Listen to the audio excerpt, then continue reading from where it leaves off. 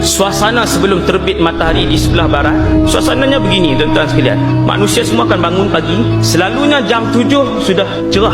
Tetapi pada hari itu kita akan melihat jam 7, 8 pagi, 9 pagi, suasananya begini. Gelapnya adalah seperti gelap malam yang matahari tidak keluar.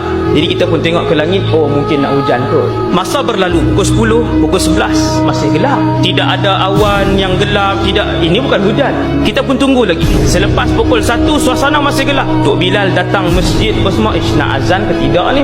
Azan. Wahai Bilal yang belajar ilmu hadis tentang kiamat, azan. Kita pun solat macam biasa walaupun gelap. Manusia ketika itu sudah pun berkumpul di banyak tempat. Masing-masing tanya, ni apa yang berlaku ni? Manusia sudah mula berbincang di masjid. Orang dah mula riuh. Kita tunggu esok. Keesokan harinya, malam tu semua tidur.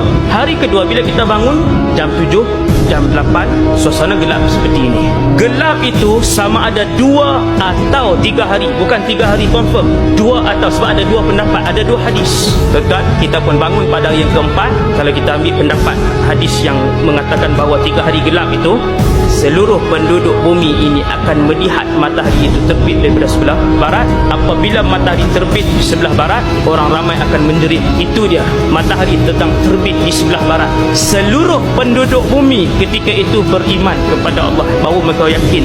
Dan ketika itu iman tidak lagi boleh diguna pakai, kerana apabila terbit matahari di sebelah barat, itu bermaksud Allah telah pun menutup pintu taubat selama-lamanya. Kesemua orang berlari ke kanan ke kiri. Ada yang berlari ke masjid, terus mengambil wuduk dan terus solat. Tetapi solat itu tidak boleh dipakai lagi. Ada yang balik ke rumah, menyarungkan tudungnya, baru menutup aurat. Ketika itu tutup auratnya tidak diterima lagi. Ada yang sedang memerah susu kambing ataupun lembunya, dia meninggalkan perahan itu serta-merta.